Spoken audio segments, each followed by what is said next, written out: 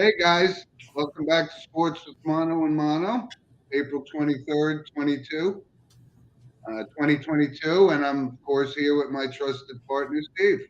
Welcome back, everybody. What's the Spring good is word, coming. Jim? Huh? What's the good word? Spring is coming. Oh, it's here. Yeah, it's here. So, welcome back, everybody. A lot of stuff to talk about this week, of course. So, I just wanted to obviously, we always start our monologue off, sponsored by Coriano Trucking of Summer Hill, New York. And Steve, my monologue this week, and it's funny. It's a subject you and I know very intimately, kind of thing. It was a 30 for 30 we were talking about, and it was called The Best You've Never Seen, and it was on Marcus Dupree. And the reason I'm bringing it up is because we got all this NIL stuff going on, but I saw some highlights of him in high school that were some of the greatest runs I've ever actually seen. And I know we kind of joke about Marcus Dupree and the whole thing with Barry Switzer, but reason I'm bringing it up is because this was one of those original recruiting things, right? And it was between Southern Mississippi and Oklahoma. And Barry Switzer says, "What can I do to make you come to Oklahoma?" And he said, "Buy my grandmother a house." And the next day, Grandma Dupree had a house. But I got to say, I mean, the whole backstory of it, and he never, obviously never panned out. And his career, ended with the Breakers. He was only 20 years old at that time. But the amount of money and the hype around this recruit was really awesome. But I got to say, the footage that they showed of him in high school, you could understand why he was considered a phenom coming out of high school. Yeah, I remember Marcus Dupree like it was yesterday. He had the glasses and the curly cherry. Yeah, he had the Morty Seinfeld glasses. Absolutely, but he was a man at age 16, 17. Yeah. I remember that, and then wore number 22 at Oklahoma, and really was a man. He was a grown man playing against boys. Came from the ultimate in poverty, hence by my Grandma Dupree a house. Philadelphia, Mississippi, I believe, is where he grew up. Very And good. then you see the footage of him when he left Oklahoma and the money that he got, which at the time, I don't know, $1 million, $2 million, something like that. Driving around Mississippi with his buddies. And then, but the whole story of it was one of his buddies said, "I'll take care of your money." He sent him one check and he never got another one. The guy went south with all the money. The whole story, it's No just doubt. melodramatic, but a talent level at that point, and the money involved, and even the controversy with he was getting injured, and even Barry Switzer's like, do you want to play football or you do not want to play football? Yeah. Great story though. 30 for 30, another one that, like I said, that's quality show. Marcus Dupree was injured, hurt his knee. Boston Breakers, you're talking about. Boston Breakers played at Nickerson Field at Boston University, which I'm intimately familiar with. No, it was the New Orleans Breakers. New Orleans Breakers, but they used to be the Boston Breakers. Right. That's all I'm saying is that Kevin Bacon, 6th degree.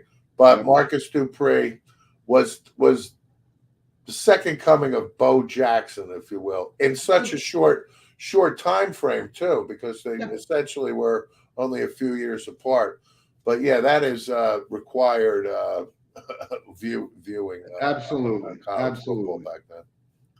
So Steve, we got the NFL draft this week. Let's jump into the National Football League, and like I said, we look at this. Jacksonville has the number 1 pick. It's just kind of been a wild, crazy off season, right, for the NFL with all the quarterbacks going around.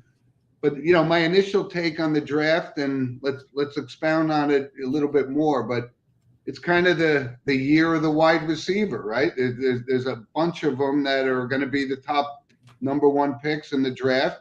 Unlike years past, there's not a lot of running backs, not a lot of great quarterbacks.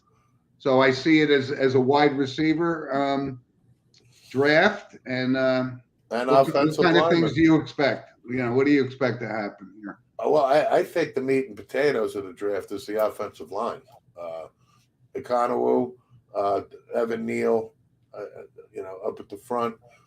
Center from Iowa, right? Tyler Lindenbaum from Iowa, which as a Cowboy fan, I am hoping that he drops to mid first round, because if he does, I can see the Cowboys making a play for him. I would be thrilled to get this guy. Tyler Lindenbaum is one of my favorite sleepers in this draft. As far as I think this guy's going to be fantastic. All right, so let's. But with the number one overall pick, the Jacksonville Jaguars are on the clock, and I think they're going Aiden Hutchinson. And I wanted to bring that up because exactly that he looks like the foregone conclusion of the number one pick. And you and I have seen Michigan play, and he just didn't come across to me like this, like when Joey Bosa came out of school, and you knew these guys were going to be the best, going forward in the league. And I just don't see that, but it's going to happen, right? It's happening. I disagree. I do see it. I think Aiden Hutchinson is going to pan out. As a Cowboy fan, and for my, the Jim Smiths of the world, when you mention Michigan defensive linemen, we, for Cowboy fans, we have to start with Taco Charlton. Okay, about 5 years now or so. Aiden Hutchinson is not Taco Charlton, that I can tell you.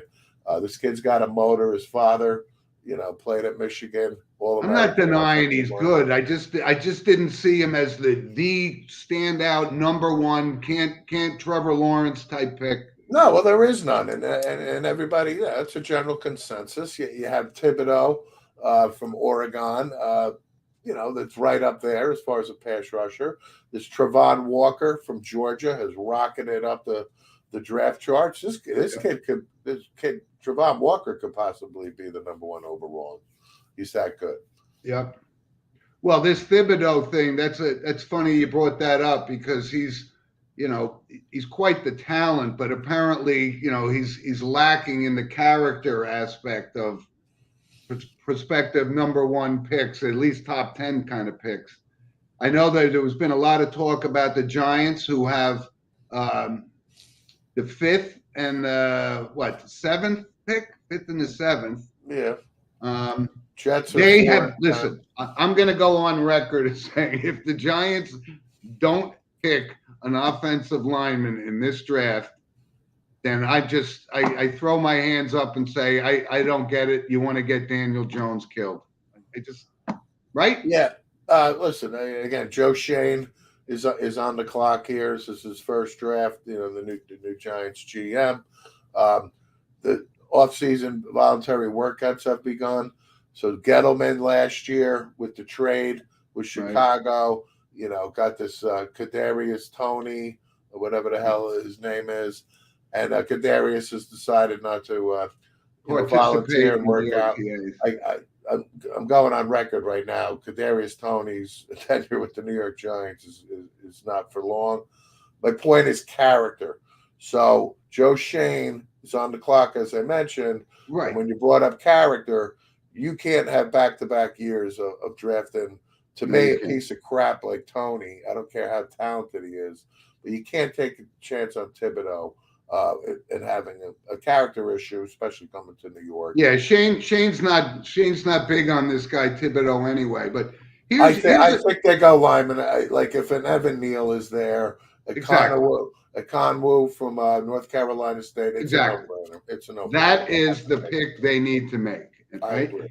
And here's my other pick for the Giants. Two picks later. I really like this kid, Nakobe Dean, this kid from Georgia. I just think he is all world, and get the offensive tackle with the first pick and take this impact potentially stud in this league with the second pick. That's from a Giant fan. I'm hoping Joe Shane puts this Gettleman crap behind us because it was a nightmare. And they should have taken an offensive lineman last year. They took this kid Tony, and he's a bust. He's a bust. Yeah, I agree. That's probably way to go. Nakobe Dean. Yeah, I don't think. Steve, let's go down the draft. So we got Jacksonville, probably pretty much a foregone conclusion. They take Hutchinson. Detroit at number 2. They have to take a quarterback. I mean, don't they have to? They have to take a quarterback. No, they have so many holes, obviously. But yes, I think with Malik Willis being the best, I think Malik Willis, to me, from what I've seen pre-draft, is the guy. He passes my character test. This kid is got 100%. All the physical tools. I think Definitely. Detroit would be crazy not to take Malik Willis, and one more year of Goff, and have the kid ease in. Would you be surprised?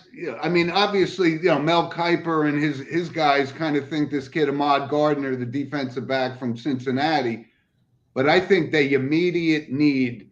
You're right. I've even soured on Goff, and I was his biggest fan 3 years ago, right? Yeah. Sauce Gardner, you referenced. Sauce is the corner. Ahmad Gardner from Cincinnati. Right. With him and Derek Stingley Jr. And the only reason Stingley Jr., it's got some question about past injuries. These two are the top stud corners. The New York Jets at 4. I think if Gardner is there, I think he's too good not to select. And I'm going to say, listen, we got the Jets at 4 and the Jets at 10. The Jets are going wide receiver at 10.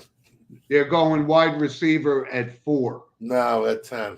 And it's going to be either going to be Wilson or Olave from Ohio State. Jets are going wide receiver.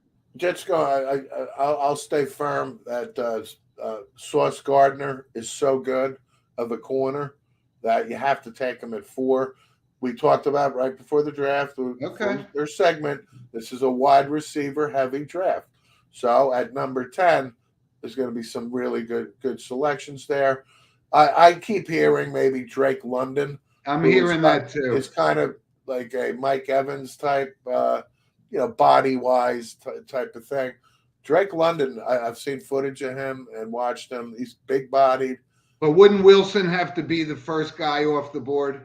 It could be, yeah. I mean, again, pick your litter. Olave, Wilson, Jameson Williams from Alabama, regardless that he had this knee injury. This guy was phenomenal. Yep. And Drake London. So the Jets at 10, I think pick one of those guys. I'm going to say they're going wide receiver at 4, and then come back and see what's left at 10. But right, and then the Jets in round 2, they'll pick offensive linemen and stuff because they have. I also wanted to touch base because I got a lot of our Buffalo Bills fans chiming in, and they're quite anxious. It's been a kind of a busy offseason, obviously, right? We're losing their general manager, and a few Buffalo guys are now in New York. They lost some offensive linemen. So, I've been asked about, what's the Bills need? And I got to say, it's going to have to be offensive linemen. And I know there's only like 2 or 3 that are, you would consider the Bills fall down. They're way down at the list. They're down like, in the high 20s. Again, there's plenty of offensive linemen. Guys like Kenyon Green from Texas A&M could be there in the 20s. This Charles Cross guy, left tackle. But I think that's the need for the Buffalo Bills is you got to protect this franchise quarterback of yours because, it's hard to keep him down. He loves to run, but you got to fill some holes on that offensive line. You do, but once you get to the 20s in the first round, best available player really comes into play here. It does. So they may, number one need may be offensive line, but if you got a kid, and we've seen it time and time again, great talents fall from early projections Yeah. top 10 to 20 to 28. So if a player like that is available, whether it's offense or defense, you got to take him. Yeah. Right, best player available. So what are you thinking? You got your Cowboys? Are they going to be in the market to move down on that draft board and move up on it? And Yeah, I mean, last year we play, we moved what, 2 slots over, 2 slots to jump up and get Micah Parsons at what? Yeah. I think it was 11 or 12. I think it was 11. Right. I'm going to stay firm here. Center is a need. Offensive line is a need for the Cowboys. So if Tyler Linderbaum from Iowa, I think, can be one of those guys that slides down, and if he is there at 15 or 16, well, they got a pretty good track record with centers, right? With right. Well, Frederick Travis Frederick, worked out for us. Yeah. The big guy from Wisconsin who had to retire early, but we maneuvered a little bit to get Travis Frederick.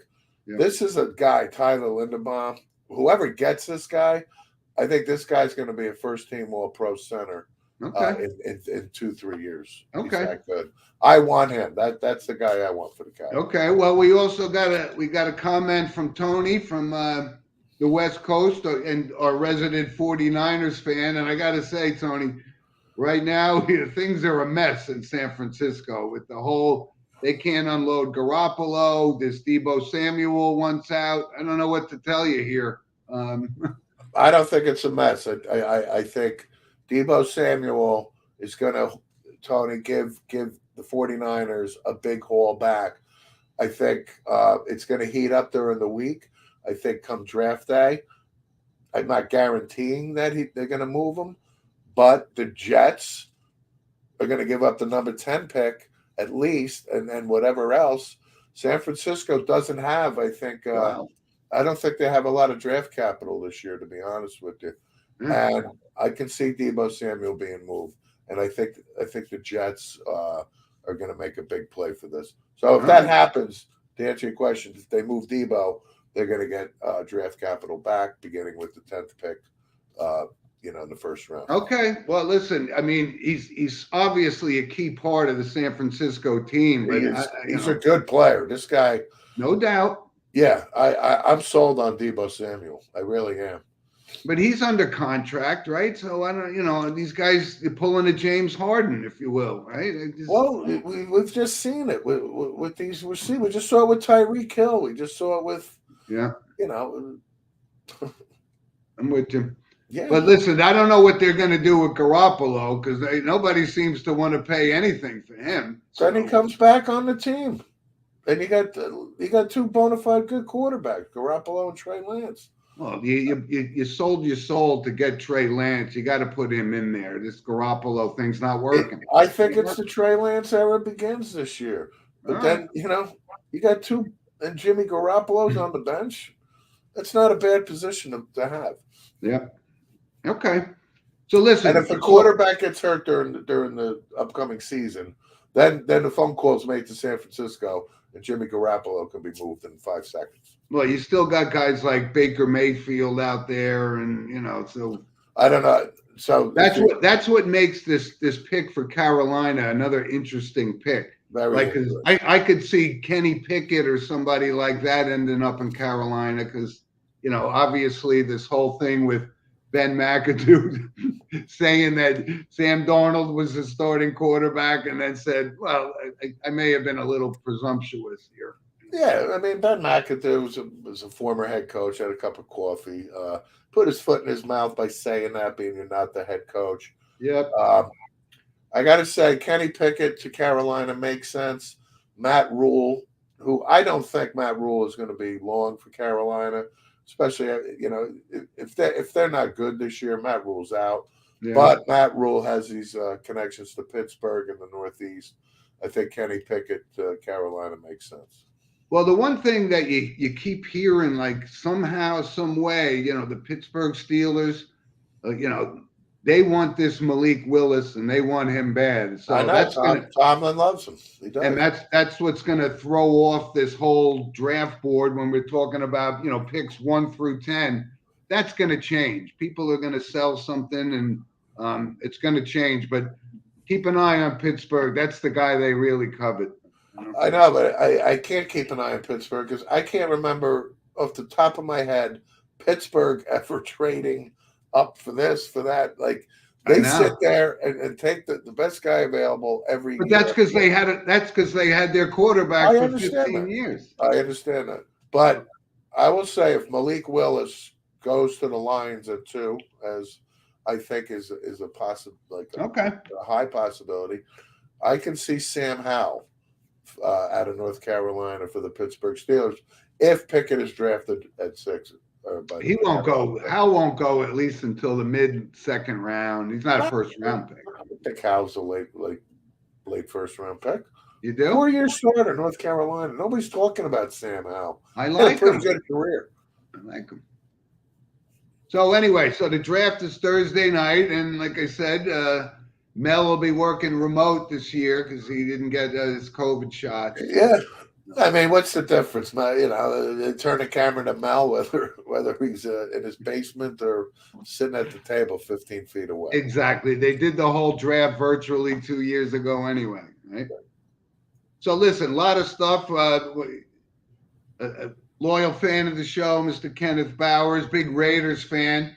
So they gave him a lot of money to Derek Carr, so it looks like he's there to stay. Just a crazy off season in the NFL, and like I said, the draft is what starts to make things happen, and it's Thursday night. I'm not surprised the Raiders gave Derek Carr an extension. I mean, this guy is a good quarterback. $40 million. That's the market, don't like every time you bring up that's the quarterback market. I mean, there's no reason to even comment about it anymore. Yeah, might as well pay him $80 million, and we're not going to blink anymore. But of course, as always, Steve, we would love to hear our fans' thoughts on the draft at sportswithmono@gmail.com. Absolutely, no doubt. Steve, let's move to the Diamond, Major League Baseball. We're 15 games into the season, and the Mets have the best record in baseball. What do you think of that? I'm not surprised. I know you're not surprised. Buck Showalter, again, is... I just threw you a hanging curveball. I know, but I can't emphasize the importance of Buck Showalter being in the catbird seat in that dugout. And to me, when I watch the Mets, I don't think of the bumbling, stumbling New York Mets. I think of not really. I think of a team it's well run by a manager that knows everything there is to know what's going on the field.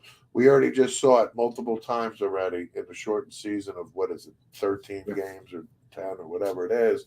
Buck Showalter implementing a double switch. Gabe Kapler is the manager for the Giants during the game. He's like, what the hell's going on out there? Right? And it turns out, Showalter pulls this double switch, which doesn't happen very often anymore, like everything else in baseball, but it generated a run and it confused the Giants. It's little things like that that I think the Mets, and again, it depends on health. DeGrom has to come back healthy in June. When and if he does, I think the Mets are going to be.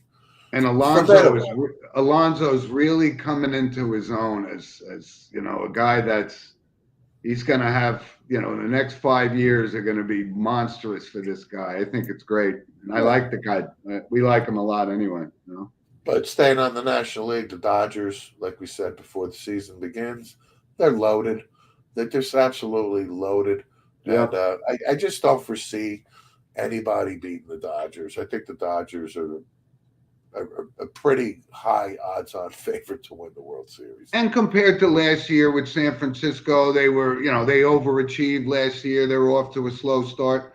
But Steve, I wanted to bring a couple of things that you don't see very often, like you said before, in Major League Baseball. The Angels walked Corey Seager with the bases loaded. And we haven't seen that since, I think, Barry Bonds. It's probably only happened to, Probably Barry Bonds would be my guess.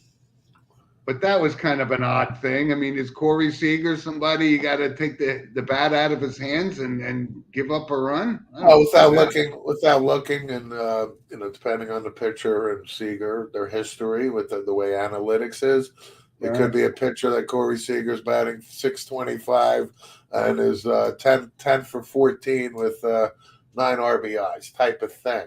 But again, Corey Seager got an awful lot of money from Texas.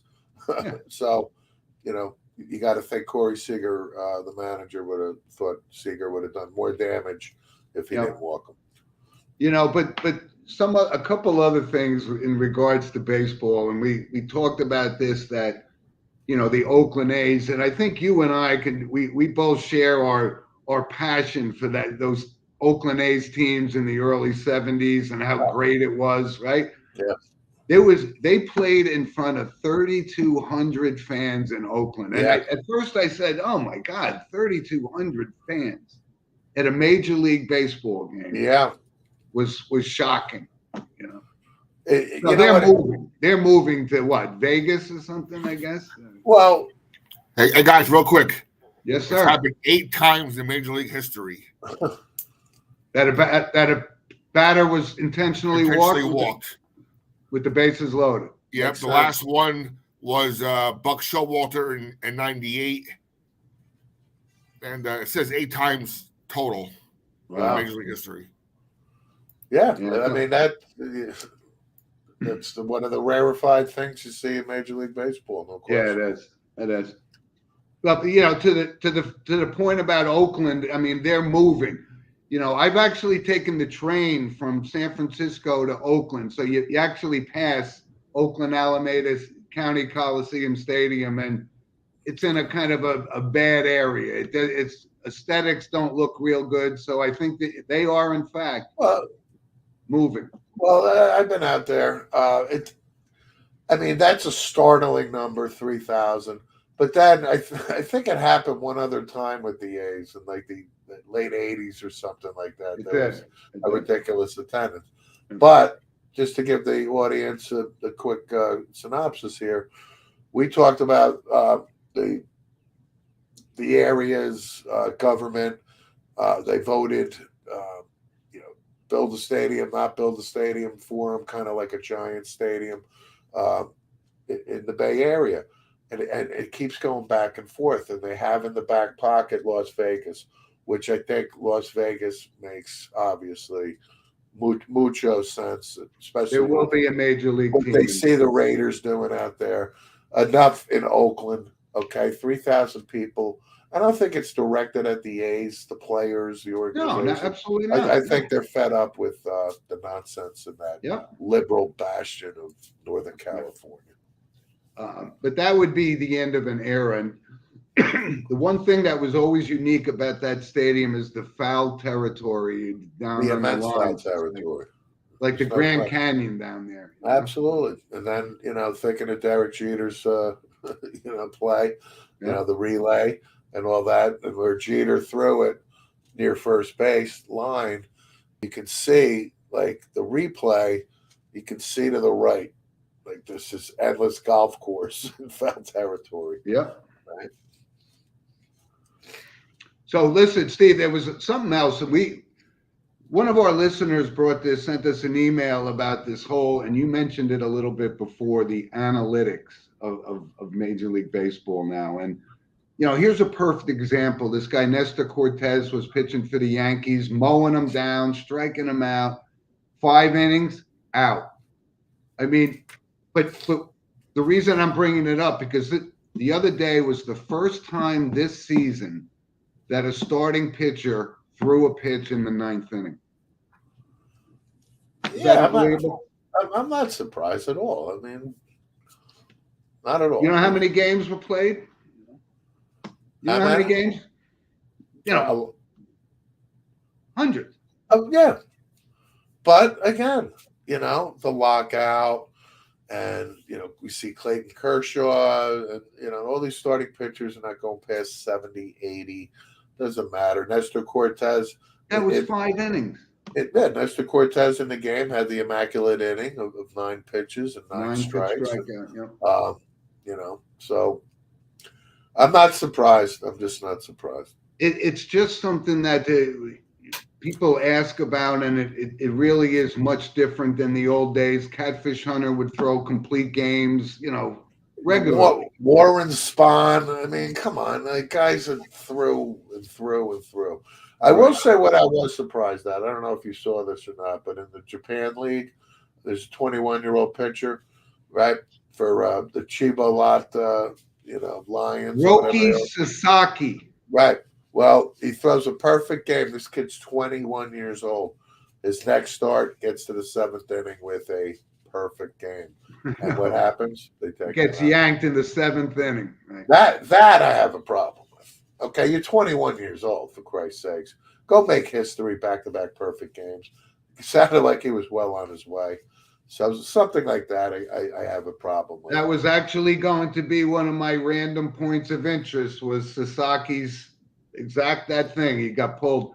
This kid's going to be in the major leagues next year. You can. No, it's not going to be next year because it is no meaning next year that they got a bid on the ability to sign him. No, the international draft was part of this the lockout. The rules. I don't think it's in effect yet. The rule, I know, but it will be. This guy Sasaki's 21. He's not coming to MLB for 3-4 years.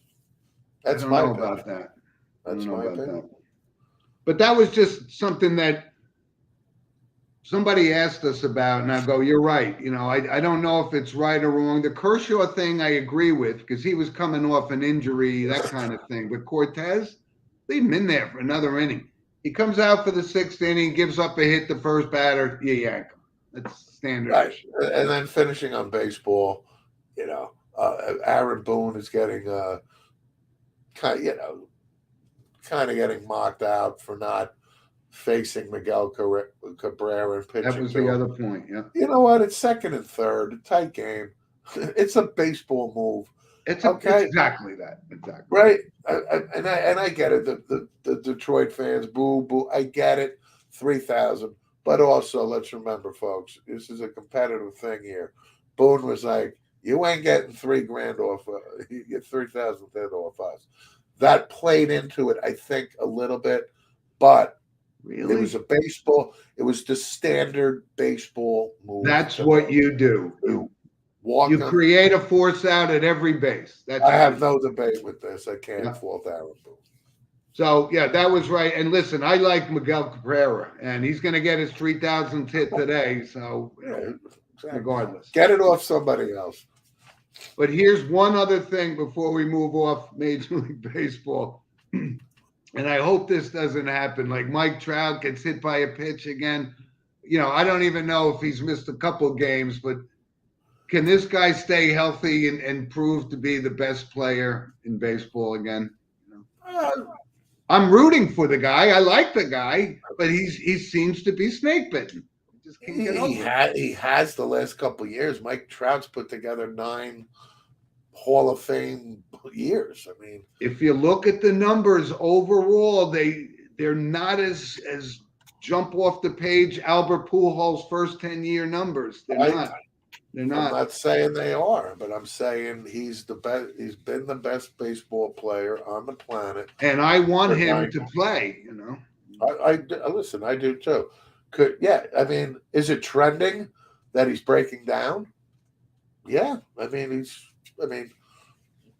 Yeah. He's a good player. Can it be stopped? Yeah. Is he still young enough? I mean, Trout is, we're not talking 36, 37, 38-year-old Mike Trout here.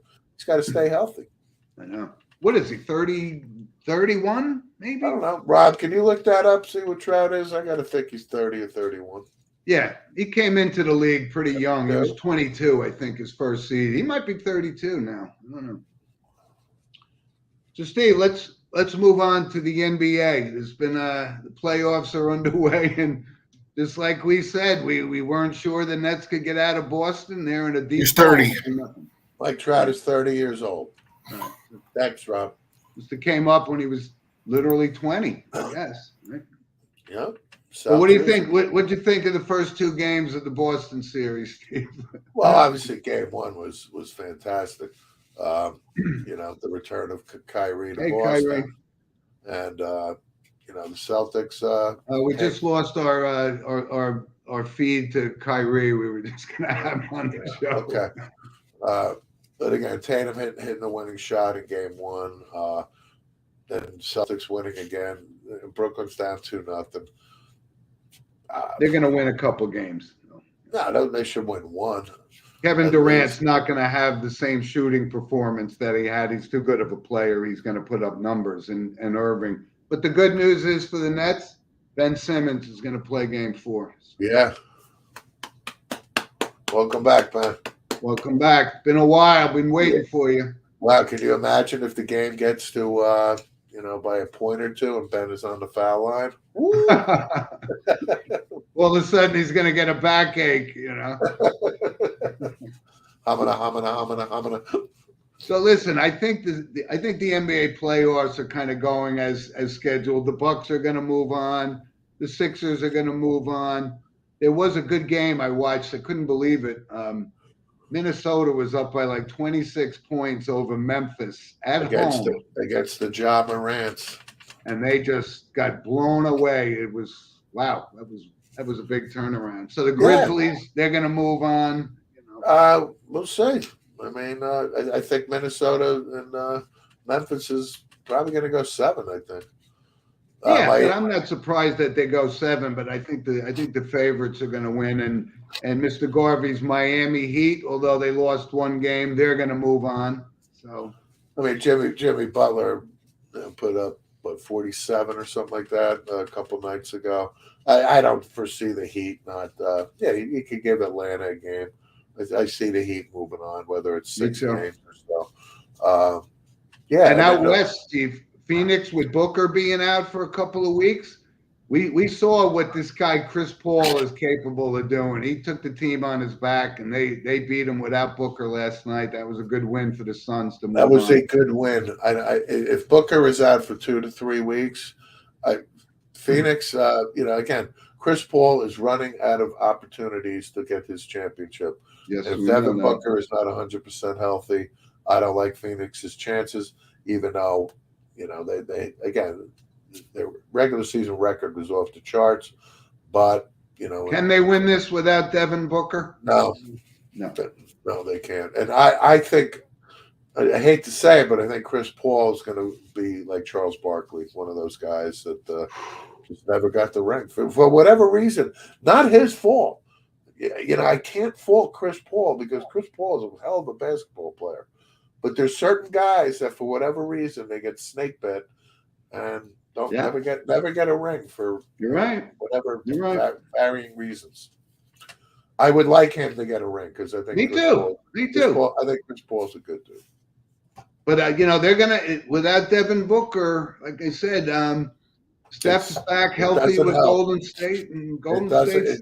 It doesn't help. Yeah, doesn't help. Steve, before we move off basketball in general, there was a big story and something that kind of caught you and I off guard with Jay Wright stepping down as the head coach of Villanova. And we're huge Jay Wright fans. Everything he does seems to have just been perfect. Gold, Jerry, gold. So that kind of caught you off guard as well as it did me, right? I mean, it caught everybody off guard except Jay Wright. The more I read about it, Jay Wright decided maybe 3-4 months ago, and he said, he was at practice and preparing for games, and he just didn't have the full moxie of what Jay Wright brings to the table. The guy is 60 years old. He's made a ton of money. He's revered in Philadelphia. He's revered in Villanova. That only goes to speak of the character of Jay Wright, saying, absolutely. If I can't give it 100%, 99% ain't going to cut it. That's yes. However, I think a week or two, I will not be surprised a week or two goes by. Okay? And Commissioner James of the Los Angeles Lakers probably has already signed off on making the pitch to Jay Wright at 60 years old, back up the Brinks truck. It's not a question of that. I will be George All Clooney. off my chair. George Clooney lookalike on the bench in L.A. No, Folks, what do you think out there? I'd love to hear. he would say, if I'm Jay out of my Wright would mind or a say, viable possibility. I would never sign up for that, no matter how much money. Why wouldn't you? Nope. I'm telling you. Because he's Jay Wright. This I'm isn't Rick throwing it out Pitino. This isn't John Calipari. This is Jay Wright. Okay, so Jay Wright's going to be, after 3 weeks, the president's special assistant. Jay, I'll take 2 creams and milk, and sugar. Not hardly. No, he doesn't I have get to do that. That's a provost position. I'm just throwing it out there that the LA Lakers job is open and Jay Wright is available. I'm not saying Commissioner James isn't going to offer him. I'm just saying there's no way in hell Jay Wright would take it. No way. I'm just bringing it out there, folks. Can you imagine if that happens? Yeah. It's not going to happen, so don't even imagine it. Anyway, here's a little 6 degrees of Kevin Bacon, right? So the successor is Kyle Neptune, right? Longtime assistant with Jay Wright, Niagara assistant. Yeah. Under Joe Mahalik. Yeah. And Kyle Neptune, 34 years old. Yeah, just has had coaching experience with Fordham. 16-16 with Fordham, which is a really good job because Fordham has been really bad of late. Yeah. And Jay Wright's handpicked successor, like John Shire, is Coach K's handpicked successor. And these are young guys. This is a trend. This is going on, right? Bashir getting the St. Peter's job, that kind of stuff. These are young, up-and-coming guys. And I wanted to also mention, like I said, just like the young coach at George Mason. Name has just escaped me. Anyway. Rob, who's the head coach at George Mason? No, I know who it is. It's anyway, it just escaped me for a minute. We'll come back to it. But that's the trend in college basketball, these young Kim. Rob's looking it up. Okay. But Kyle Neptune, you could walk into a better scenario than Villanova. Kim English. Kim English. There you go. But Villanova just coming off a Final Four appearance. Yep. It was a big story, though. I thought, look at what we've lost in college basketball. Coach K, Roy Williams, and Jay Wright, right? In all within a year or two. It's crazy. Yeah, but you know what? With transfer protocols and name, likeness, image, and one and dones and all this crap. Yeah. It's a coincidence? Yeah. Well, it's time. So that was a big story. I thought it was a big story. Oh yeah, I agree. And Steve, let's touch on hockey because the season's winding down. And I gotta say, I know we're Ranger fans, but when I watch these guys, they got a lot of pieces on the ice. They got the best goalie, one of the best defensemen. They got these scoring machines, and I really like their chances going into the playoffs. I tell you, I rave about Artemi Panarin. I raved from the first day we got him. This is a unique, I can't remember watching somebody this year like Panarin where we were watching him struggle to score goals, right? From the beginning of the season till midseason. I mean, he's got 22 goals, right?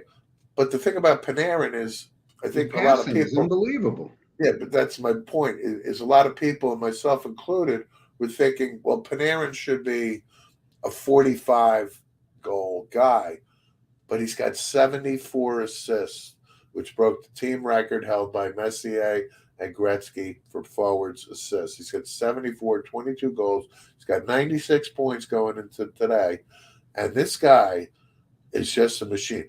He had 4 assists the other night. He did. It's the pure beauty of this guy's skill set of passing the puck. It's amazing. He makes. It's so awesome to watch. And, it really is. He's an integral part of the Rangers' success. Obviously. But listen, it's going to be, and we always talked about the NHL. The march to the Stanley Cup is just brutal. And there's so many good teams, like the Colorado Avalanche look almost unbeatable, right? So until they get to the first round of the playoffs, and out they go. right. But I said it before, and I'll say it again. There's nothing like playoff hockey, no doubt about it. Getting out of the East is brutal enough. So listen, Steve. So our NHL segment was sponsored by Lynch Toyota of Manchester, Connecticut, and again, longtime sponsor of the show, and we thank them. But I want to say one thing about the NHL. That the Islanders, right? Disappointing. Well, it wasn't even a year ago. We're watching the thrilling series against the Boston Bruins in playoff hockey. How about these Islanders? Barry Trotz, Lou Lamoriello. Tough year for them. They opened their new building, and the Rangers smoked them. The other night. The Islanders don't make the playoffs this year. Trotz and Lamoriello are not happy, so look for changes. I will say that it's a good point you brought that up, because you're right. A year ago, these guys were on their way to at least making the Stanley Cup Finals. And anyway, we'll see what happens with them. But Steve, there's a big news today. I think Rob is more into this than us. The big heavyweight championship battle between Tyson Fury and Dillian White, yeah. Dillian. And I was looking at the size differential, and you even talked about it. You watched the Fury Wilder fight, and this guy seems like you couldn't knock this guy out with a bulldozer. And he's going to win. He's going to win big, despite that he's been hanging out with some drug kingpin from Ireland or something. Fury reminds me of the Sopranos Pinelands episode with the Russian that Paulie and Christopher couldn't kill, right? He's that type of guy. Like, he could live in the Pinelands in a t-shirt and shorts. But this is boxing. It's boxing, and let me tell you, Tyson Fury came into this fight in probably the best shape. It doesn't look like it when you're looking at this behemoth, but this guy's got such a motor. Tyson Fury, I know. I don't think it's going 12 rounds. I think Tyson Fury, he's got, I think, 14 pounds on him, something like that. There's also height differential. Fury's 6'9". I think Fury just wipes the floor with this kid. And but 94,000 people in Wembley Stadium in front of the Brits. But it is boxing, and boxing has been known to not go the way it was supposed to. I never, ever forget that when they step into the ring. Thank you. But from a pure physicality perspective, it should be a layup.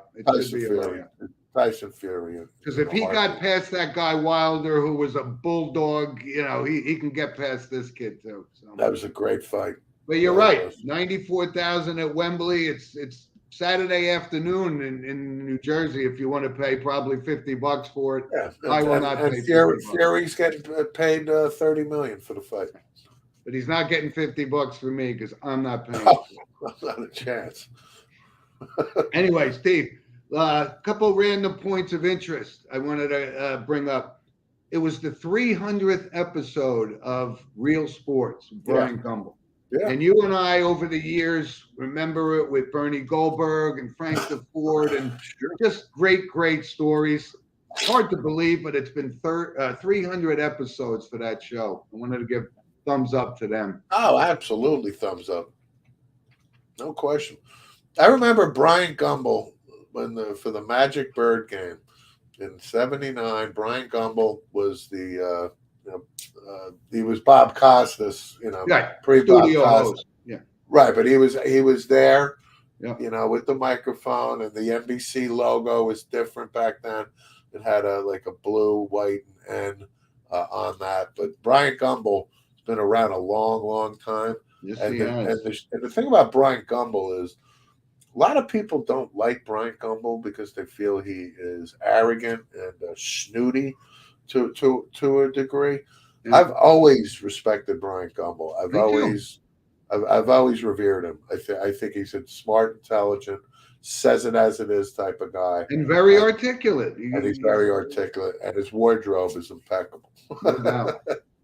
But I thought that was noteworthy. 300 episodes of that And, show. and Brian Gumbel's the type of guy, hopefully, as we advance our show further, is somebody we could get on and have a discussion with. You know, because I did listen to him. He was on Michael Kay show, but I was listening to it, and you know what? He's a very humble guy, and the reason I could relate to it is because I get like 20 minutes of sleep a night, and Brian Gumbel said he does the same thing, and when you can see how hard that guy works, you can understand. He's all business. He doesn't watch TV either. He doesn't watch TV. He did say that. But I wanted to bring that up. Steve, there was an odd, interesting thing that happened. It was like a college baseball game, small school, community schools. The guy hits a home run. He's rounding third base. The pitcher drops his glove and, slam dances this guy to the ground. It was shocking. It was shocking. I'll say that. And then the first time I saw it, well, I was hearing about it, right? Yeah. So my expectation level was, okay, it would be like a horse collar, No. This kid was like a car accident. The guy must have hit the home run and was mouthing off while he was running the bases. There's no question the kid was mouthing off, but you think that's the first and last time anybody's mouthed off after hitting a home run? Anyway, the kid got suspended by the league, and the coach won up the league and kicked him off the team. You got to go on that. I agreed.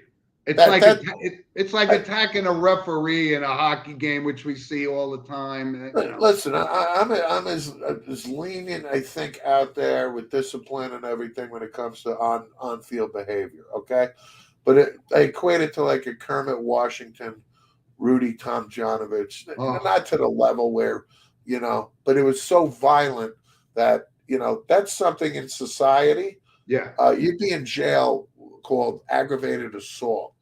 That's how hard he I can't believe you just brought that up, because I just saw that Kermit Washington, Tomjanovich thing for the first time in 20 years, and it's as shocking today as it was the first time I saw it. I'm not saying I'm just saying something shocking, like, right? Physical violence, This was uncalled for. The Kermit Washington, Tomjanovich, that can't be topped. So. Yep.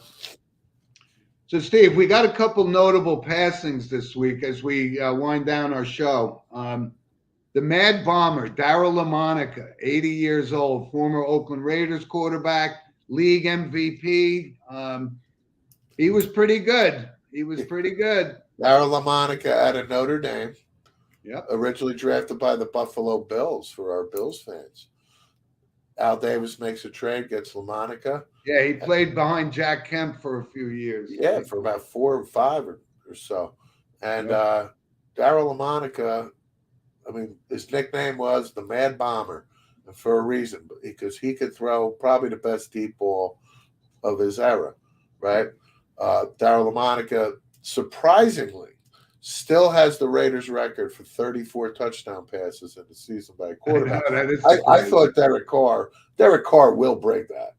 I'm surprised he hasn't already in today's throw-happy NFL, right? That's the only reason.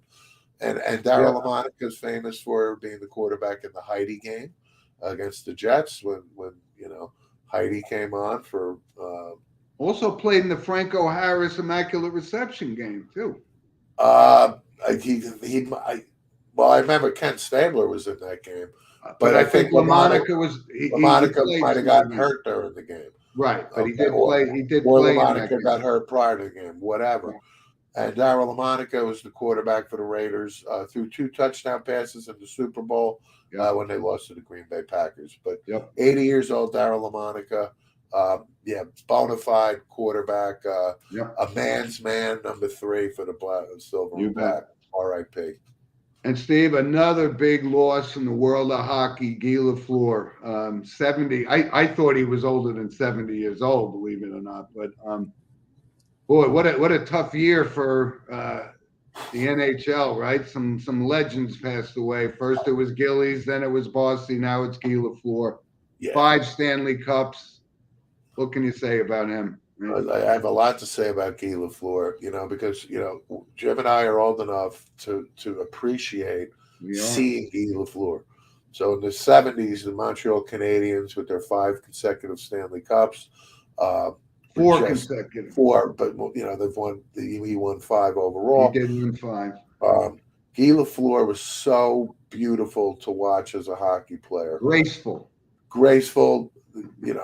That's why they called him the Flower, basically, because of the beauty of his game.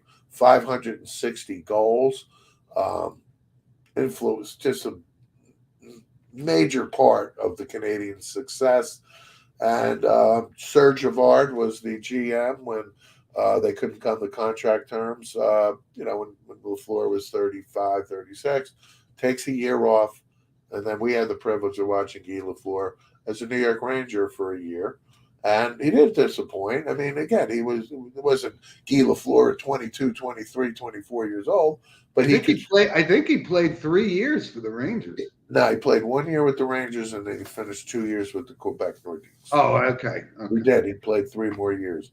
Oh, Guy Lafleur, 70 years old, passing, 560 goals, one of the greatest hockey players these eyes have ever seen.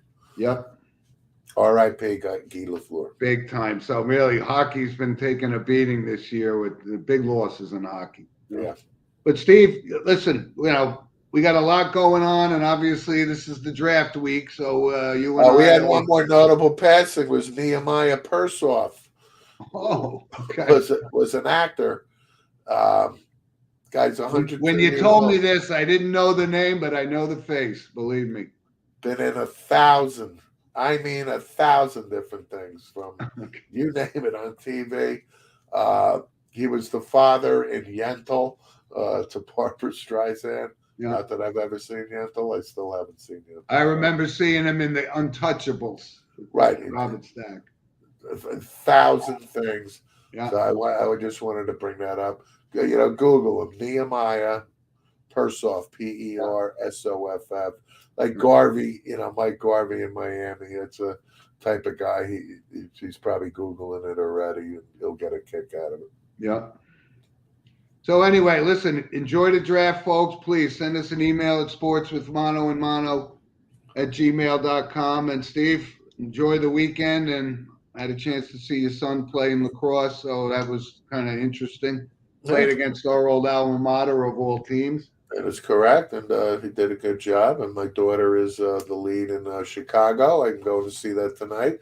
She's playing Roxy, the Renee Zellweger character from the movie. And here we go. We mentioned Scotty Scheffler last week. Yeah. And this Caroline is second row to the left. Second row, first on the left in her pink shirt and the big wide smile.